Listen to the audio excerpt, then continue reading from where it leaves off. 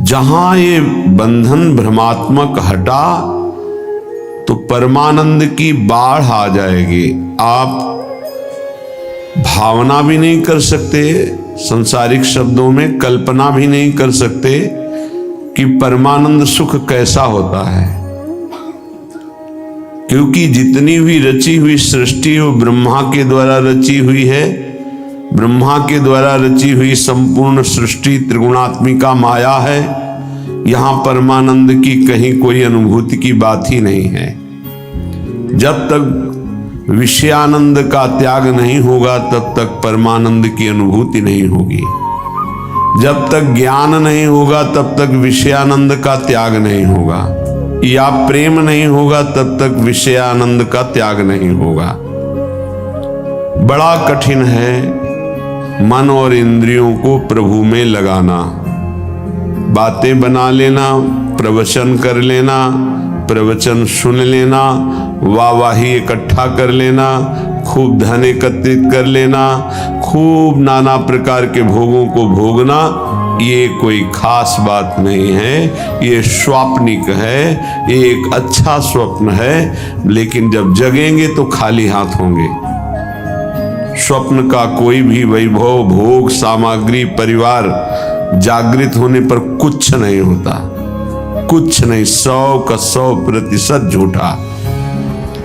ऐसे ही ये जो ब्रह्मा के द्वारा रचा हुआ संपूर्ण संसार है, जब आप भगवदानंद का जरा भी अनुभव करेंगे तो जेहि जाने जग जाए हेराई, जागे जथा स्वप्न भ्रम जाई।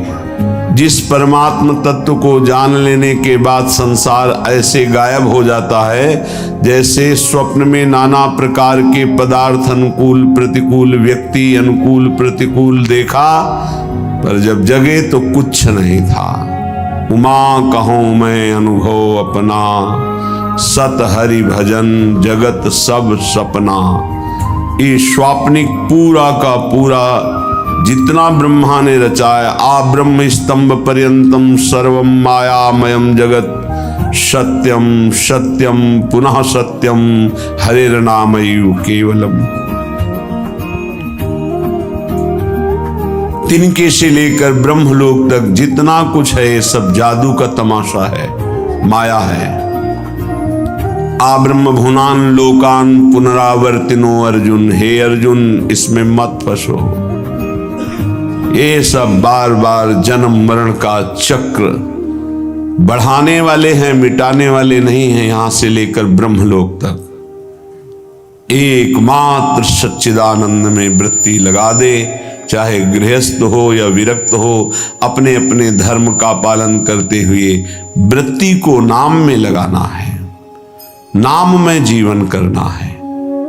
बातें बना लेना, ज्ञान की बातें उपदेश कर लेना बहुत सरल है, पढ़ लो सुना दो, लेकिन इनको अपने आचरण में उतार लो। सोई महात्मा, चाहे वो गृहस्थ हो या विरक्त हो, शास्त्र की आज्ञा के अनुसार अपने अंतःकरण को चलाना ये महात्मा का लक्षण है। मन और इंद्रियों को स्वतंत्र रूप से भोगों में छोड़ देना ये विषयी पुरुष का लक्षण है। प्रायः बहुत संभालने पर भी, बहुत वर्षों तक इनको संयम में रखने पर भी कभी अहंकार ना कर ले कि मैं संयमी हो गया, मैं जितेंद्री हो गया। जब तक प्रभु का मिलन न हो जाए तब तक मन और इंद्रिय पर विश्वास न करे कि मैं अमुक भोगों का विजयी हूं, त्यागी हूं। नहीं, कभी भी फिसल सकते हो। इसलिए आजीवन भगवत मार्ग के पथिक सावधान रह करके कभी गर्व नहीं कि मैं जितेंद्री हो गया, मैं मनोनिग्रही हो गया, मेरा क्या माया बिगाड़ सकती। नहीं, शिव विरंचिका मोहई को है बपुरान। और कौन बेचारा माया से युद्ध कर सकता है जब ये बड़े बड़े, तो क्या करें, बड़े मत बनो, छोटे बन जाओ। दैन्य हो जाओ तृणादपि सुनीचेन, कोई नहीं तुमसे प्रश्न करेगा, न माया न भगवान। प्रश्न करते हैं जिनको बहुत अभिमान है कि हम जितेंद्री हैं, हम मनोनिग्रही हैं, हम बड़े भजनानंदी हैं, तो प्रश्न हो जाता है ये देखो, दो इसका उत्तर। यदि छोटे बन जाओ, तृणादपि सुनीचेन तरोर्यु सहिष्णुना, वृक्ष के समान सहनशील, तिनके के समान नीच, दूसरों को मान देते हुए स्वयं अमानी, कीर्तनीय सदा हरि, ऐसा भक्त निरंतर भजन परायण रहता है, उसकी इंद्रियां चंचल होती ही नहीं, क्योंकि भगवत कृपा से वो शांत हो जाती है। ये रहस्य को समझिए। अमानिना मान देन कीर्तनीय सदा हरि। यदि आप अपने में थोड़ा भी सद्गुण का अभिमान करेंगे तो माया प्रश्न कर देगी। माया के प्रश्न का उत्तर देना केवल भगवान की कृपा पात्र की ही क्षमता है, दूसरे की नहीं। श्रीपाद कह रहे हैं कि हे हरि कहाँ जाऊं, क्या करूं, ये इंद्रिया ये मन मेरे वश में नहीं है, और बिना इनके वश में हुए भगवत प्राप्ति नहीं होती। प्रविशति सदा दोष निचय, ये सदैव दोष वाले कार्य में ही लगी रहती हैं, पापाचरण कराने के लिए प्रेरित करती रहती हैं। ये इंद्रियां, ये देख लो, ये खा लो, ये सूंघ लो, ये भोग लो, ये छू लो, नाना प्रकार से शब्द स्पर्श रूप रस गंध। एक उपाय मुझे समझ में आया है, श्रीपाद प्रबोधानंद जी कह रहे हैं, मुझे एक उपाय समझ में आ रहा है कि यदि वृंदावन धाम का अनन्य भाव से आश्रय ले लिया जाए तो सब ठीक कर देगा। ये बड़ी अद्भुत महिमा है। कैसे ठीक कर देगा? जब आप श्री धाम वृंदावन का आश्रय लेंगे तो वृंदावन आपको किसी महापुरुष से मिला देगा। महापुरुषों का दर्शन, संभाषण, उपदेश अमोघस्य। जैसे भगवान का बाण कभी लक्ष्य वेदे बिना वापस नहीं लौटता, जिमी अमोघ रघुपति कर बाना, ऐसे ही जिसको भगवत प्रेमी महात्माओं का संग मिल गया तो देवर्षि नारद जी कहते अमोघस्य, पर शर्त है अगम्य हो, उनका निर्वाह कर पाना कठिन है। 4 दिन श्रद्धा तो कोई भी रख सकता है, लेकिन आजीवन उन पर कभी दोष दर्शन न हो, उनकी आज्ञा का उल्लंघन न हो, धैर्य पूर्वक उनके आश्रित बने रहो। वो प्रभु के द्वारा आपका संबंध कराया गया है। जो हम किसी महापुरुष से मिलते हैं ये हमारे सुकृत नहीं है, ये हरि कृपा है। जो प्रभु मोहि अनुग्रह कीन्हा, तो तुम आई दर्श हठ दीन्हा। भगवत अनुग्रह से भगवत प्रेमी महात्माओं का संग मिलता है। भगवत प्रेमी महात्माओं के संग से हमारे दुष्संग का नाश हो जाता है। सर्व संगोपहो हिमाम, जो संत संग है वो समस्त संगों से आपको अलग करके एकमात्र श्री भगवान में आसक्ति प्रदान कर देगा। इसीलिए श्रीपाद कह रहे हैं आप श्री धाम वृंदावन का अनन्य आश्रय ले लो। वास सब कोई नहीं कर पाएगा। यहां का वास करना वही फल जो वास करने से मिलता है आश्रय से मिल जाएगा। आश्रय ले लो तो आपको पता नहीं कौन महापुरुष है। संत महापुरुषों की पहचान केवल भगवान जानते हैं या उसी कोटि का महापुरुष हो तो जानते हैं, अन्यथा नहीं। तो श्रीधाम वृंदावन महापुरुषों की खेती है। जैसे गन्ने की खेती एक से एक गन्ना। ऐसे ही खेती है, प्रेम खेत इसे कहा गया है। अद्भुत खेत महामनमथ को, महामनमथ महाप्रेम को कहते हैं। काम भी मन को मथता है, इसलिए उसे भी मनमथ कहा गया है। और प्रेम भी मन को मथ करके निर्विकार करके प्रियालाल में कर देता है, इसलिए इसको भी मनमथ कहा गया है। प्रियालाल की लीला गायन में जहां मनमथ शब्द आवे, काम शब्द आवे, तो उसका अर्थ सीधा प्रेम होता है। और संसार के संबंधों में अगर प्रेम भी शब्द कहा जाता है तो काम ही है। देह भाव को लेकर जो भी राग होता है उसे चाहे प्रेम कहो, आसक्ति कहो, काम कहो, मोह कहो, वो है। विशुद्ध अनुराग प्रेम सार्थक होता है स्वरूप में, आत्म तत्व में, देह में नहीं।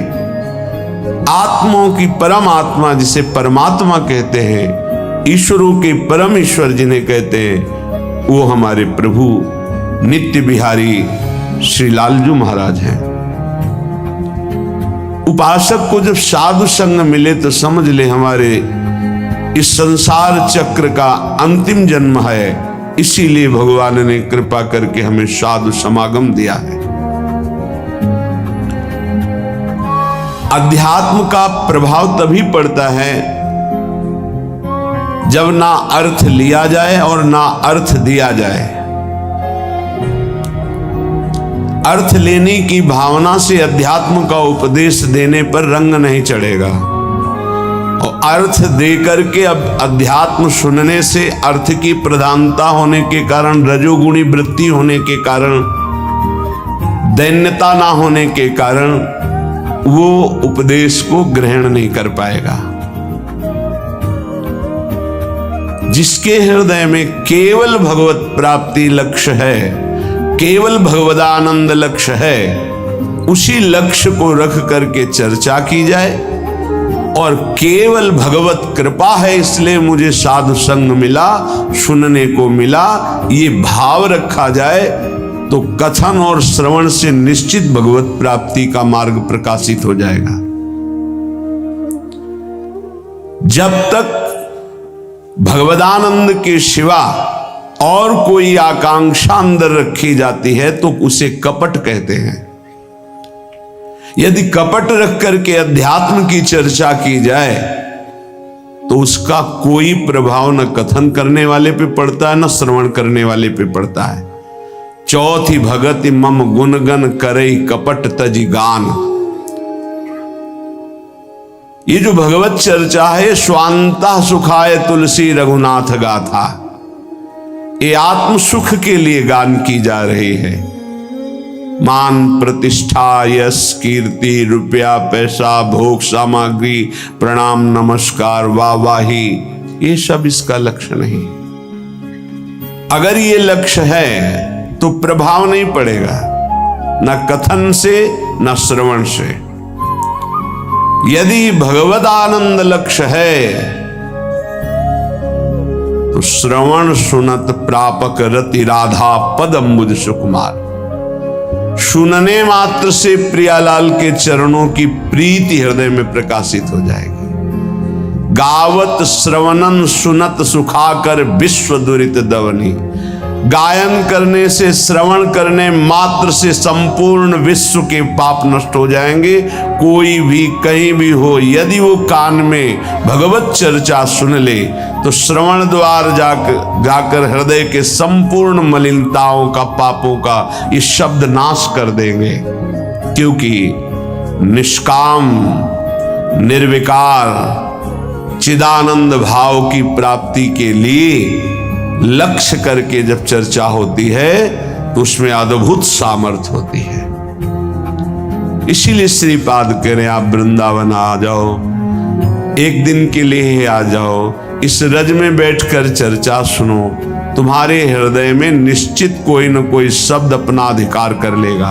और एक शब्द पकड़ लिए पूरे सत्संग में तो आपके जीवन का परिवर्तन हो जाएगा पक्का। श्रीपाद कह रहे जाति प्राण धनानि यान्तु सुयशो राशि परीक्षीयताम् सद्धर्मा विलयम प्रयान्तु सततम सर्वैश्चर्निर्भर्त्स्यताम् आधिव्याधि सतेन जीर्यतु वपुर्लुप्तो प्रतिकारतः श्री वृंदा विपिनम तथापि न मनाक् त्यक्तुम ममास्तां मतिः। न तुम्हारी जाति काम में आएगी, न तुम्हारे प्राण किसी काम के रहेंगे, न तुम्हारा धन तुम्हारे साथ जाएगा, न तुम्हारा परिवार, सब यही छूट जाएगा। देखो, जो पंचभूत हैं वो सबके एक ही हैं। पंचभूतों से बना हुआ है शरीर, जैसे हमारा वैसे ही आपका। इसमें कोई घटा बढ़ी नहीं है कि 80% हमारा, 75% आपका, 100% उनका, ऐसा नहीं। 100% पंचभूतों से जैसे ये बना है ऐसे आपका बना है, और 100% जैसे हमारा भगवान का अंश स्वरूप है आत्मा, वैसे ही आप सबके किंचन मात्र कोई अंतर किसी से नहीं।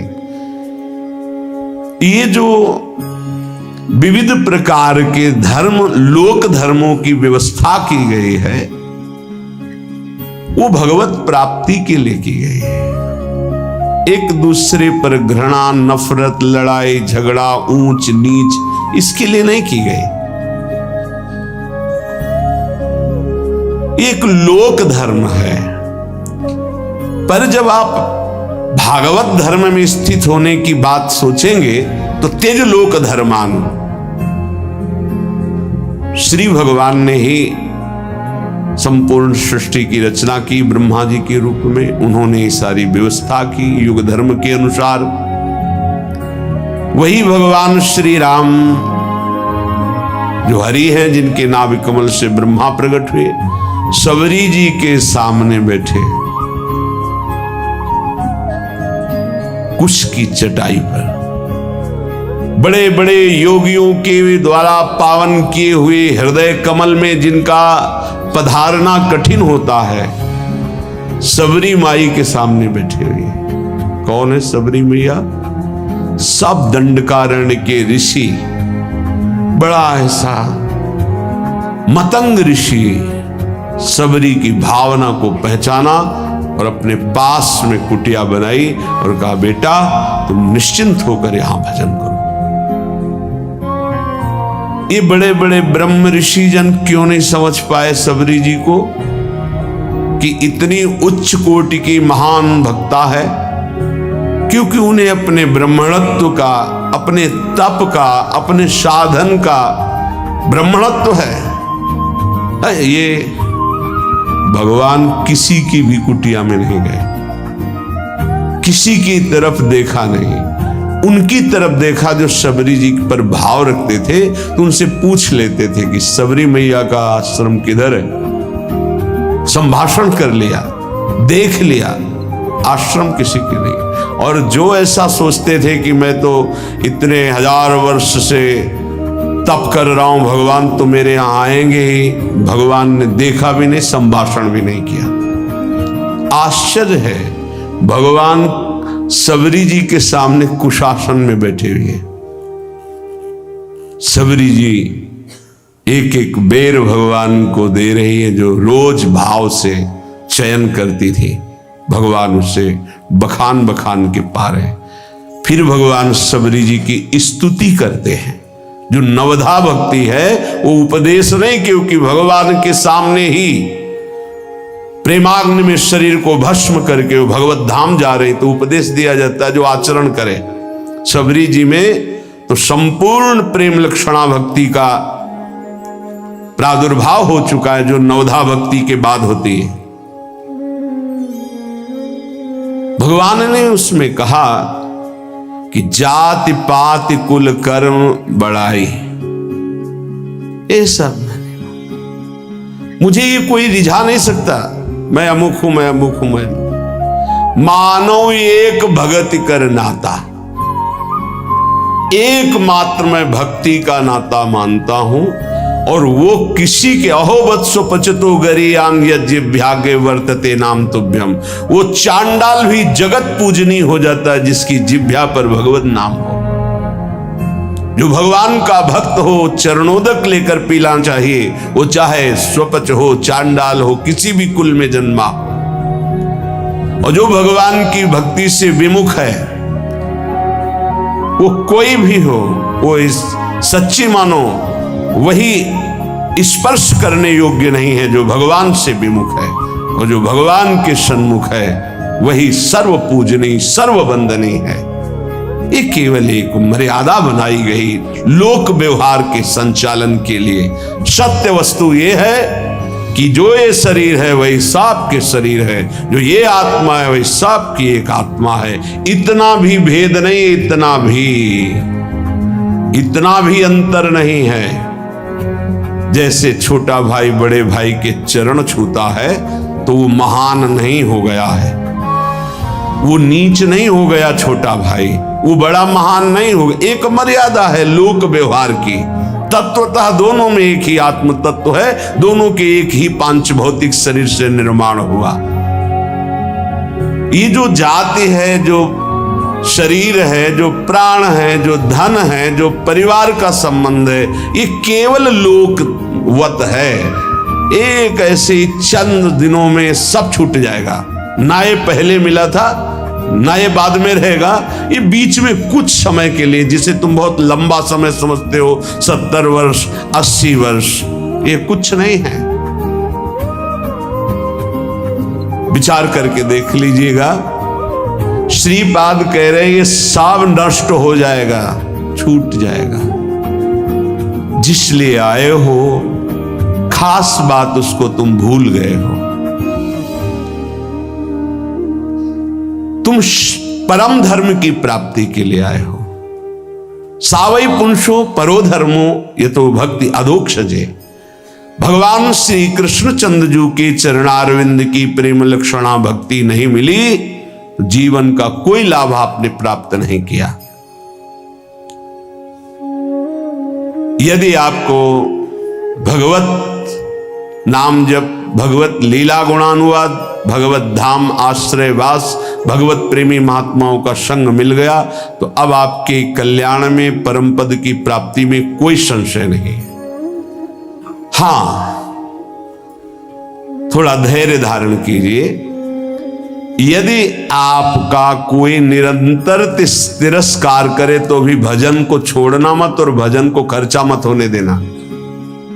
श्रीपाद कह रहे प्रयांतु सततम सर्वैश्च निर्भरताम। तुम्हारी निंदा करे, तुम्हारा अपमान करे, नाराज मत होना, नहीं तुम्हारा भजन खर्चा हो जाएगा। सह जाना तो तुम्हारे रहे हुए पाप नष्ट हो जाएंगे, भजन सुरक्षित, भगवत प्राप्ति। ये युक्ति है अपने भजन को बचाने की, भजन को बढ़ाने की, भजन को पचाने की। बहुत जरूरी है ये सहनशीलता। और कह रहे मेरे शरीर को सैकड़ों व्याधियां, रोग आ जाएं तो भी निश्चिंत रहना, चिंता मत करना। ना भजन छूटने पावे और ना भजन का प्रयोग करना, तो निश्चित इसी जन्म में भगवत प्राप्ति हो जाएगी। होता क्या है, 2-4 माला जपा, जहां समस्याएं आई तो भजन भी छूटा और संकल्प भी बना दिया कि प्रभु जो कुछ भी भजन साधन हुआ ये हमारी कामना पूर्ण हो जाए। अगर उसके समान भजन है तो हो जाएगी, नहीं है तो फिर नहीं होगी। तो आस्तिकता भी आपकी नष्ट हो जाएगी। ये परमार्थ है, इसको अंदर से समझने की चेष्टा करो। बाहरी व्यवहार नहीं है, ये अध्यात्म है। लेश मात्र भी भजन छूटने की इच्छा ना रह जाए। ये कैसे होता है? जब भजन से बढ़कर कोई सुखद वस्तु लगती है, व्यक्ति लगता है, परिस्थिति लगती है, तो भजन छूट जाता है। ये आप बहुत धैर्यपूर्वक पकड़िए। भजन से बढ़कर जब कुछ लगेगा तभी छूटेगा भजन, नहीं छूटेगा। रक्षति संसार भयात् सदोष मप्य शेष देह भृद वृंदम वृंदावनमिति तेन प्रथितं तन्नोमि काननम किमपि। यहां का एक प्रभाव है कि चाहे जितना पापी नीच दोष युक्त पुरुष हो, जहां वृंदावन का आश्रय और करुणा से कहीं उसको कुछ दिन वास करने की रुचि हुई, तो प्राणी समूह के समस्त पाप और दोषों का नाश करके अनिर्वचनीय भाव अंदर भर देना, यह धाम की कृपा। सत्य सत्य सत्य, अनिर्वचनीय भाव हृदय में भर देना, ये धाम की कृपा। कैसे वाणी की सामर्थ्य नहीं कि श्रीधाम वृंदावन की कृपा की बात बता सके। अपार असीम करुणा वरुणालय। तन्नोमि काननम किमपि, मैं नमस्कार करता हूं कि जिन इंद्रियों को वश में करना, मन को वश में करना बड़ा कठिन है, ये पापाचरण ही कराती रहती हैं। ऐसा पापी पुरुष, दोषयुक्त पुरुष कहीं किशोरी जी की कृपा से श्रीधाम आने जाने लगा, सत्संग सुनने लगा, बिहारी जी राधा रमण राधा वल्लभ लाल इनके दर्शन करने लगा। धाम की कृपा से ऐसा अनिर्वचनीय भाव जाएगा कि परिवर्तन हो जाएगा, वो दोष रहित हो जाएगा। बड़ा आश्चर्य होता है। 30-30 वर्ष से व्यसन कर रहे हैं, मदिरा पीना, मांस खाना, व्यभिचार करना और आदि आदि, और वृंदावन से शब्द गया, मिले बाद में पहले निर्विकार हो गए। ये चमत्कार कैसा श्रीधाम वृंदावन का, कि भूमि में बोला गया शब्द गया और उसका परिवर्तन कर दिया। और जिसका शरीर वृंदावन आया, यहां की रज लगी, उसमें अनिर्वचनीय भाव आ जाए तो कौन से आश्चर्य की बात है।